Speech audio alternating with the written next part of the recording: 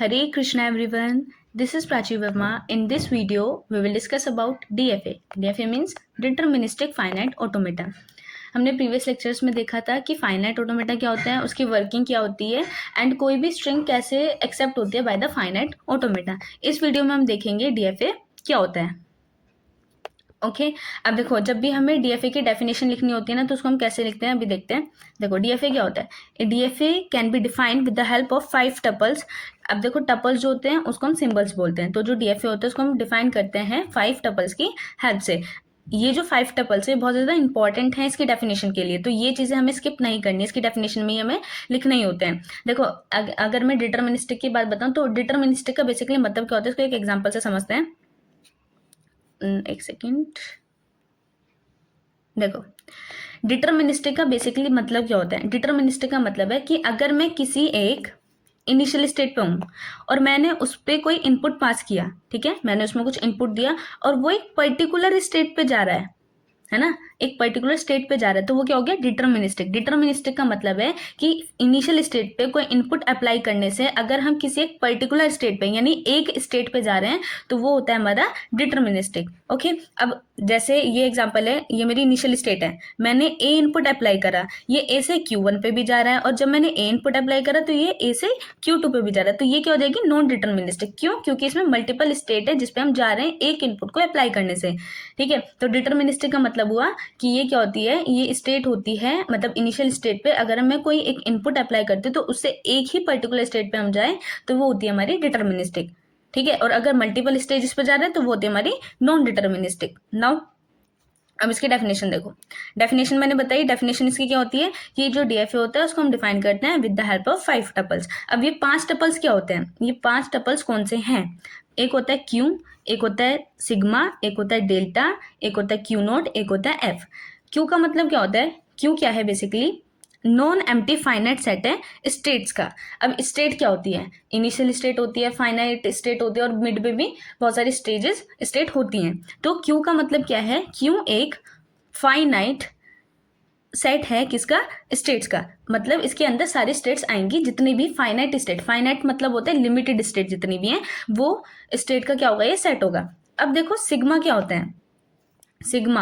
Sigma मैंने पहले भी बताया था कि अल्फाबेट होता है. तो अल्फाबेट होता क्या है, नॉन एम्प्टी फाइनाइट सेट होता है किसका, सिंबल्स का. नॉन एम्प्टी फाइनाइट सेट होता है सिंबल्स का, या बेसिकली हम बोल सकते हैं इनपुट का नॉन एम्प्टी फाइनाइट सेट होता है. अब डेल्टा का क्या मतलब होता है, तो ये होता है it is known as the transition function which maps Q cross sigma imply Q. इसका मतलब क्या होता है कि जो हमारा डेल्टा है वो क्या है, ट्रांजिशन फंक्शन है. वो क्या है, एक ट्रांजिशन फंक्शन है. एक स्टेट पे दूसरे स्टेट पे जाने को हम बोलते हैं ट्रांजिशन. ठीक है, तो ये क्या हमारा ट्रांजिशन फंक्शन है और ये मैप करता है किसको, जो हमारी स्टेट्स होती हैं, और स्टेट को सिंबल के साथ ही क्या करता है, मैप करता है. इसको भी देखते हैं आगे. क्यू नोट का मतलब क्या होता है, इट इज अ इनिशियल या फिर बोल सकते हैं स्टार्टिंग स्टेट. ये या तो इसको हम इनिशियल स्टेट बोल सकते हैं या फिर हम इसको स्टार्टिंग स्टेट बोल सकते हैं. अब ये जो क्यू नोट होता है ना, ये इंपॉर्टेंट चीज है, जो क्यू नोट होता है वो बिलोंग करता है क्यू में. क्यों? क्योंकि जो क्यू है वो क्या है, एक नॉन एम्प्टी फाइनाइट सेट है स्टेट्स का. स्टेट्स का मतलब है कि इसके अंदर हमारी सारी स्टेट्स आएंगी. तो जो क्यू नोट है, क्यू नोट क्या है, हमारी इनिशियल स्टेट है, तो वो क्या होगी, वो उस क्यू में बिलोंग करेगी, है ना, क्योंकि उसमें इनिशियल फाइनल मिड सारी स्टेजेस होंगी. ओके अब देखो, अब इसमें आते हैं एफ का मतलब क्या है कि it is a non empty finite set of final states. ठीक है, ये क्या है, नॉन एम्प्टी फाइनाइट सेट है किसका, फाइनल स्टेट्स का. एफ का मतलब है कि जितनी भी फाइनल स्टेट्स हैं, जितनी भी फाइनाइट स्टेट हैं फाइनल वाली, वो क्या होंगी, एफ के अंदर आएंगी. मतलब वो क्या होगा, नॉन एम्प्टी फाइनाइट सेट होगा फाइनल स्टेट का. फाइनल स्टेट को हम एक्सेप्टिंग स्टेट भी बोलते हैं.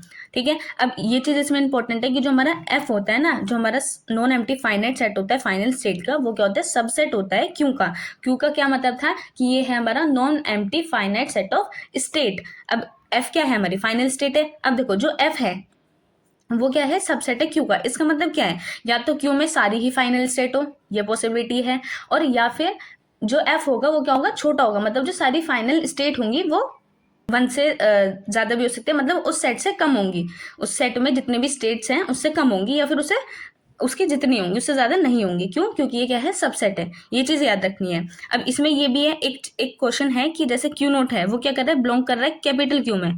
तो क्यू नोट क्या है, इसका मतलब देखो एफ बी सबसेट है क्यू का, और जो क्यू नोट है वो भी बिलोंग कर रहा है क्यू में। तो इसमें क्या डिफरेंस होगा? अब देखो डिफरेंस क्या है कि जो क्यू नोट होता है वो हमारी इनिशियल स्टेट है। इनिशियल स्टेट हमेशा एक ही होती है, और जो फाइनल स्टेट होती है वो क्या होती है, एक से ज्यादा होती है। लेकिन ये जो फाइनाइट स्टेट है ना, वो क्या है, सबसेट है क्यू का। तो जो क्यू में जितने भी सेट है उससे ज्यादा नहीं होगी फाइनल स्टेट। आया समझ? ठीक है, तो ये इसकी डेफिनेशन है, ये चीजें हमें इसमें लिखनी है। अब देखो अगर इसके एग्जाम्पल की बात करें, देखो इसमें क्या है, ये हमारा एग्जाम्पल है, ये मेरी इनिशियल स्टेट है, ये एरो आ रहा है, इसका मतलब क्या होता है, ये इनिशियल स्टेट है। ठीक है, अब मैंने इसमें क्या करा, एक इनपुट को अप्लाई करा, तो ये एक स्टेट पे आ रही है, एक पर्टिकुलर स्टेट पे। फिर मैं दूसरे इनपुट को अगर अप्लाई करूंगी तो वो क्या आ रही है, एक पर्टिकुलर स्टेट पे आ रही है। ठीक है, तो वो होती है हमारी क्या, डिटर्मिनिस्टिक फाइनाइट ऑटोमेटा। ये क्या है, डीएफए का एग्जाम्पल है। अब देखो इसको लिखते कैसे हैं।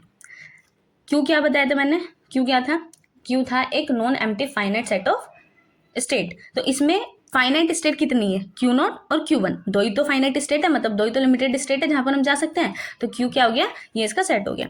सिग्मा, सिग्मा क्या था, अल्फाबेट। अल्फाबेट क्या होता है, सेट ऑफ, या बोल सकते हैं non empty finite set of symbols. तो सिंबल्स यहाँ पे कितने हैं, जो चीज जो इनपुट हम इसमें यूज कर रहे हैं, कितने इनपुट्स हैं, ए और बी। ठीक है, ए और बी सिंबल्स हैं, तो ये क्या हो जाएगा, नॉन एम्प्टी फाइनाइट सेट हो जाएगा सिंबल का, ये होता है अल्फाबेट। अब देखो डेल्टा बताया था मैंने, ट्रांजिशन। डेल्टा क्या होता है, ट्रांजिशन होता है। तो ट्रांजिशन क्या करता था, मैप करता था किसको, स्टेट को किसके साथ, सिंबल्स के साथ। तो इसको हम कैसे लिखते हैं, ये हमने पहले देखा था। अब देखो क्यू नोट, क्यू नोट क्या है, क्यू में बिलोंग कर रही है, क्यू सेट में। तो क्यू नोट कोमा ए, ये इसके साथ मैप करेगी, तो किस स्टेट पे जा रही है, क्यू वन पे। जब क्यू नोट पे ए इनपुट अप्लाई हुआ तो किस स्टेट पे गई, क्यू वन स्टेट पे गई। ठीक है, तो उसके बाद क्यू नोट पे जब हम बी इनपुट को अप्लाई करेंगे तो किस स्टेट पे गया, क्यू नोट स्टेट पे गया, ये आ गया क्यू नोट स्टेट। फिर जब हमारा Q1 ए पे मतलब Q1 है, इसमें हमने ए इनपुट अप्लाई करा तो क्या आ गया, Q1 स्टेट पे रहा। और जब हमने Q1 पे बी इनपुट को अप्लाई करा तो हमारा किस पे रहा, वो Q1 स्टेट पे रहा। आया समझ, ये था हमारा DFA. This is all about DFA. Now देखो, सॉरी, नाउ सी।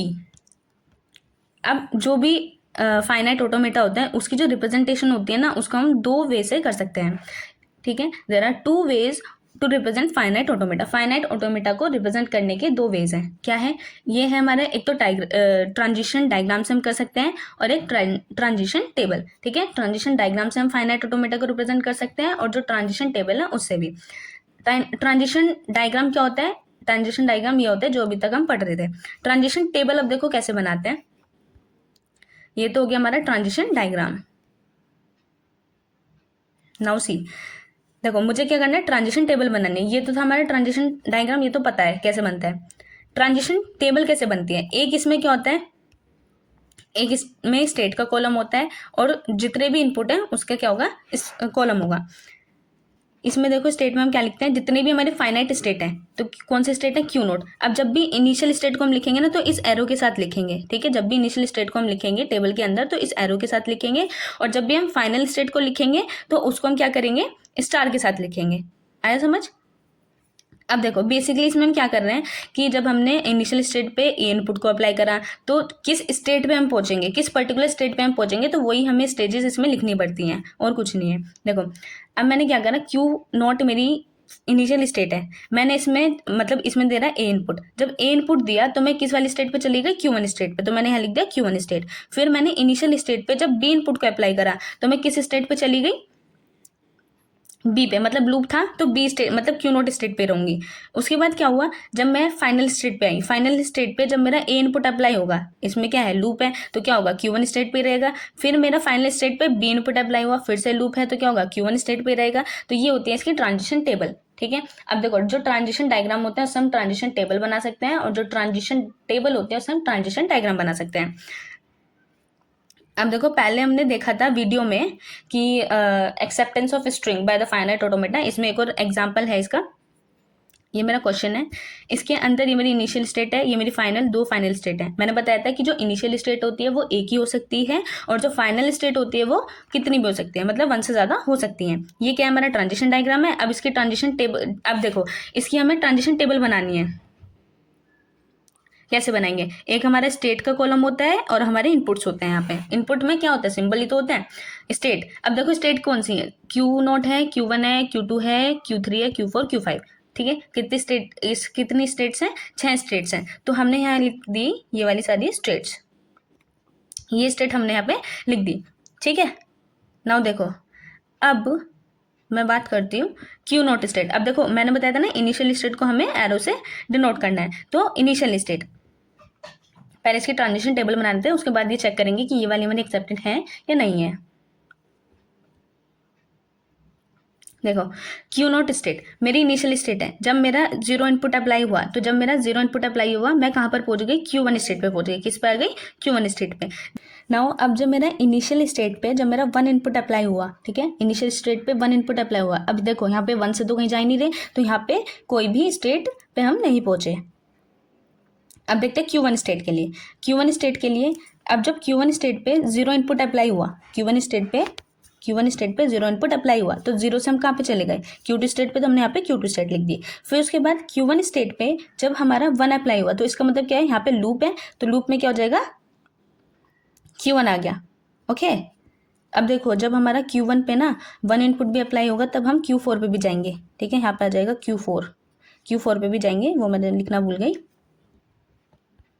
ठीक है, अब देखो फिर अब आते हैं Q2 स्टेट पे। Q2 स्टेट पे है, जब Q2 स्टेट पे जीरो इनपुट अप्लाई हुआ, जब हमारा Q2 स्टेट पे जीरो इनपुट अप्लाई हुआ, एक तो देखो सेल्फ लूप है और एक किसकी तरफ जा रहा है, Q3 स्टेट के पास भी जा रहा है। तो एक Q2 स्टेट आ जाएगी और एक Q3 स्टेट आ जाएगी। जब Q2 पे हमने 1 इनपुट अप्लाई करा, सेल्फ लूप है, तो Q2 स्टेट ही रहेगी। ठीक है, जहां पर भी किसी भी स्टेट पे हम नहीं पहुंच रहे हैं ना, तो वहां पे हम उसको डैश से डिनोट कर देंगे, जैसे यहाँ पे किया है। नाउ अब देखो Q3 स्टेट क्या थी, हमारी फाइनल स्टेट है, उसको हमने स्टार से डिनोट किया। अब Q3 स्टेट पे जब हमने जीरो इनपुट अप्लाई करा, तो किसी भी स्टेट पे नहीं जा पा रहे हम, तो उस पर हमने डैश लगा दिया। फिर Q3 स्टेट पे जब हमने 1 इनपुट को अप्लाई करा, फिर से किसी स्टेट पे नहीं जा पा रहे, तो फिर से हमने डैश लगा दिया। Q4 स्टेट पे आ जाओ।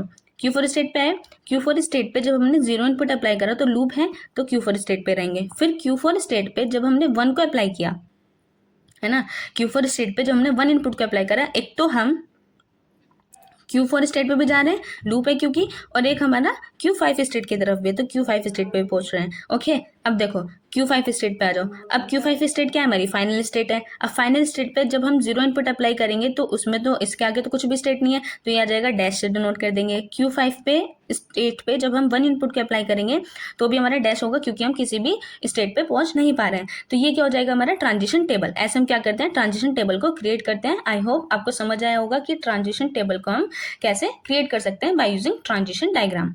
ओके, नाउ सी, अब इसमें हमें देखना है कि ये वाली जो स्ट्रिंग है वो एक्सेप्टेड है या नहीं है।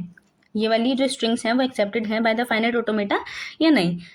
ठीक है, यहाँ पे मैं एक बार लिख भी देती हूँ। जब हम Q1 स्टेट पे आए थे, है ना, तो एक 1 से तो एक तो Q1 पे भी जा रहे थे, सेल्फ लूप Q4 स्टेट पे भी जा रहे थे। ओके, अब देखो अब हमें देखना है कि ये वाली जो हमारी स्ट्रिंग है वो एक्सेप्टेड है बाय द फाइनाइट ऑटोमेटा या नहीं। हमारी स्ट्रिंग है 0 0 0 1 0 1। अब देखो इनिशियल से स्टार्ट करो, है ना, देखो इनिशियल स्टेट से स्टार्ट करा, मेरे पास जीरो इनपुट आया, क्यों हमने जीरो इनपुट लिया, जीरो इनपुट जब लिया तो हम Q1 स्टेट पे आ गए। ठीक है, ये वाला हो गया। फिर से जीरो इनपुट आया, जब जीरो इनपुट आया तो हम किस पे चले गए, Q2 स्टेट पे चले गए। फिर हमारा 1 आया, 1 आया। अब देखो जब 1 आएगा तो हम किस पे रहेंगे, Q2 स्टेट पे रहेंगे। ओके, फिर हमारा 0 आया, 0 आया, एक तो हम Q2 स्टेट पे भी रहेंगे और एक हम Q3 स्टेट पे भी जा रहे हैं। ठीक है, ओके, अब देखो ये मान लिया, चलो ये वाला मान लिया कि हम Q3 स्टेट पे पहुंच गए। अब ये भी हो गया, इसके बाद आया 1। अब यहाँ पे तो कुछ 1 है ही नहीं जिससे हम जा सकते हैं, है ना। और अगर हम लूप की बात करें कि अगर लूप सेल्फ लूप आया था और यहाँ पे 1 है, तो क्या होगा, इसी लूप पे रह रहे हैं तो फाइनल स्टेट पे तो पहुंच ही नहीं पा रहे। ठीक है, तो हमें क्या करना होता है कि जो लास्ट तक हमें क्या करना होता है, सिंबल्स को रीड करना होता है। और जब लास्ट वाला सिंबल फाइनल स्टेट तक पहुंच जाता है, तब हम उसको मानते हैं कि वो एक्सेप्टेड है। तो ये वाली जो स्ट्रिंग है वो not accepted by the finite automata. Now check, अब चेक करते हैं सेकेंड वाली स्ट्रिंग के लिए, इस वाली स्ट्रिंग के लिए। नाउ 1 0 1 0 1। ठीक है, अब देखो इनिशियल स्टेट पे थे हम, इनिशियल स्टेट पे थे, 1 आया। अब देखो यहाँ पे 1, इनिशियल स्टेट पे तो 1 है ही नहीं, तो इससे आगे तो हम रीड ही नहीं कर पा रहे, तो ये वाली भी जो है वो rejected by the finite automata है, एक्सेप्टेड नहीं है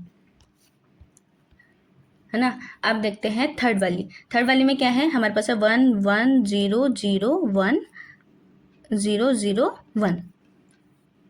ठीक, नाउ अब देखो इसमें फिर से 1 आया। अब जब ये 1 आया तो यहाँ पे इनिशियल से कोई 1 वाला इनपुट है ही नहीं जिससे हम दूसरी स्टेट पे जा सकते, तो ये भी क्या हो जाएगी, not accepted by the finite automata.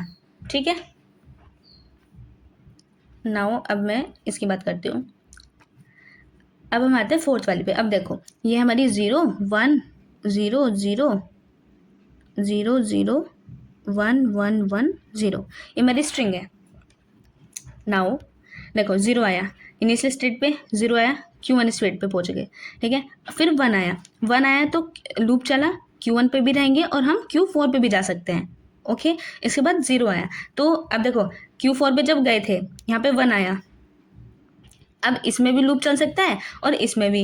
यहाँ से हम क्या गए, 0 पे चले गए, 0 आ गया। उसके बाद Q2 आया, Q2 पे 0 आया तो फिर से 0 पे रहे, इस पे भी जा सकते हैं हम, लेकिन इसमें नहीं जाएंगे क्योंकि इसके बाद कुछ भी इनपुट नहीं है। फिर जो रहा है, अब जितने मतलब लूप को हम कितनी बार भी रिपीट कर सकते हैं, वो उसी स्टेट पे रहेगा। फिर उसके बाद 1 आया, 1 भी उसी पे रहेगा, 1 भी इसी पे रहेगा, 1 भी इसी पे रहेगा। उसके बाद 0 आया, तो 0 जब आया हम किस पे पहुंच गए, Q3 स्टेट पे पहुंच गए। तो ये क्या हो गई हमारी, एक्सेप्टेड हो गई bye the finite automata. Now अब हम बात करते हैं लास्ट वाली की।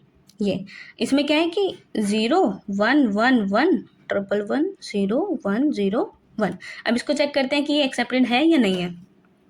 पहले Q1 state, sorry Q not state, initial state पे 0 आया, तो 0 आया तो किस पे आ गए, Q1 पे आ गए, Q1 पे आए। इसके बाद आया 1, अब जब 1 आएगा तो हम Q1 स्टेट पे भी रहेंगे और हम Q4 पे भी जा सकते हैं। ओके, उसके बाद फिर से 1 आया, फिर से लूप चला, इस पे भी रह सकते हैं, और 1 आएगा तो इस पे भी रह सकते हैं, जितनी बार 1 चलेगा हम इस पे भी रह सकते हैं, इस पे भी रह सकते हैं। ठीक, उसके बाद आया हमारा 0, जब 0 आया, अब देखो 0 से हम इधर भी जा सकते हैं और जो ये 0 है वो इस पे लूप भी है, तो 0 इधर भी आ सकता है। उसके बाद आया 1, तो 1 आया तो हम Q2 स्टेट पे लूप में आ जाएंगे। उसके बाद आया 0, तो जब 0 इधर आया तो इधर आ गया, तो Q3 स्टेट के बाद तो कुछ इनपुट है ही नहीं, तो इसका मतलब इस वे से तो नहीं होगा। अब आ जाओ Q4 पे। Q4 पे जब ये हमारा 1 आ गया था तो ये भी हो गया, फिर 0 आया हमारा तो लूप चल गया था, फिर आया 1, तो जब 1 आया तो हम किस पे पहुंच गए, फाइनल स्टेट पे पहुंच गए। तो ये वाली जो स्ट्रिंग है वो क्या हो गई, एक्सेप्टेड होगी बाय द फाइनाइट ऑटोमेटा। ठीक है, तो इसमें इतना ही था।